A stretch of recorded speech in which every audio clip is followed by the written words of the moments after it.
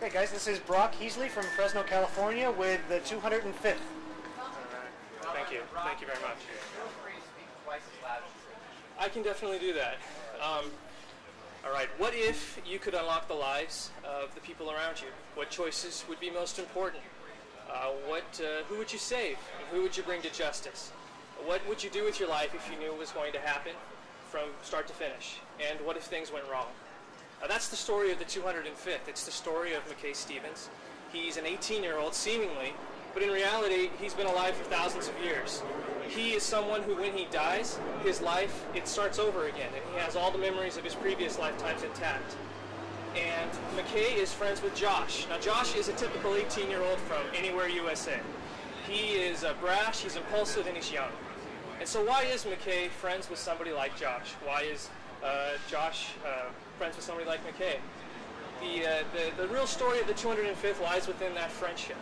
And as the story goes on, we see that friendship explored through flashbacks and through the things that happen to them in the telling of this particular day in their lives. You guys, I think you've read the preview art and the synopsis.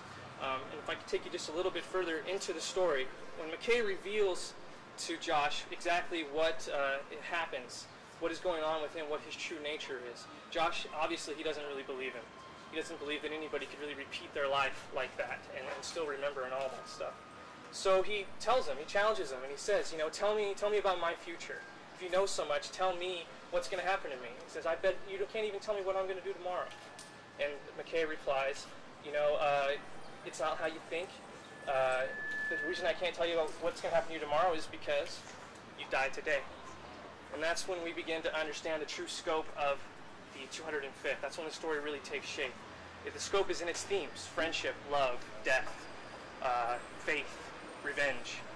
There's a huge story to be told with this story, and it's the story of McKay's 205th lifetime. It's about what happens to him, his journey. He hasn't always been a good guy, but he's trying to be now. And how does that affect the lives of the people around him?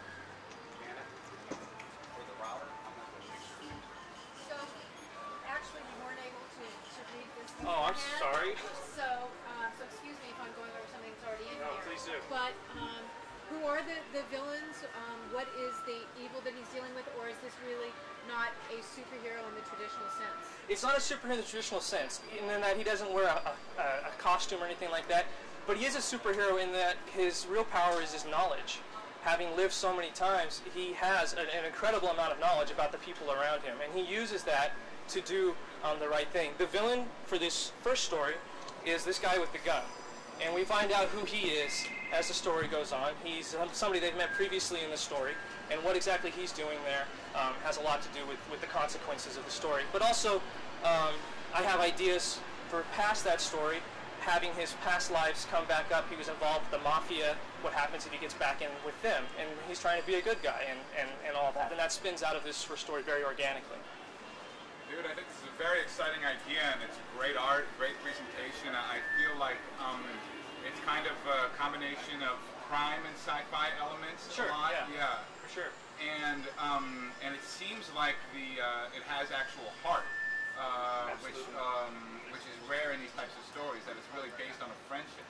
Are we going to see a lot of the past lives like the previous 204? Yeah, absolutely. The 205th, we see a lot of flashbacks to the 205th in and of itself. But then as it goes on, yeah. Will there be periods from the Middle Ages or from the well, when he starts over his life, it starts back over in 1998, which is when he was born. So everything is from that point forward. But as the story goes on, yeah, we definitely see how he was a different person. You know, you think of like the movie Groundhog Day and how he went through different phases where he wasn't such a nice guy, tried to commit suicide and things like that.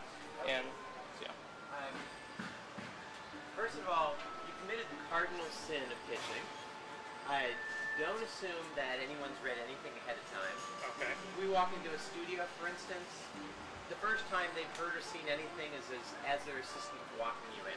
Okay. I think you put together a fantastic pitch in terms of nice artwork and then the surprise of the second piece. I think that's a terrific way in. Personally, I'm not at all a fan of flashbacks, and I would suggest personally, if we were to publish it, that we tone those down and figure out how to do it literally. But I think you did a fantastic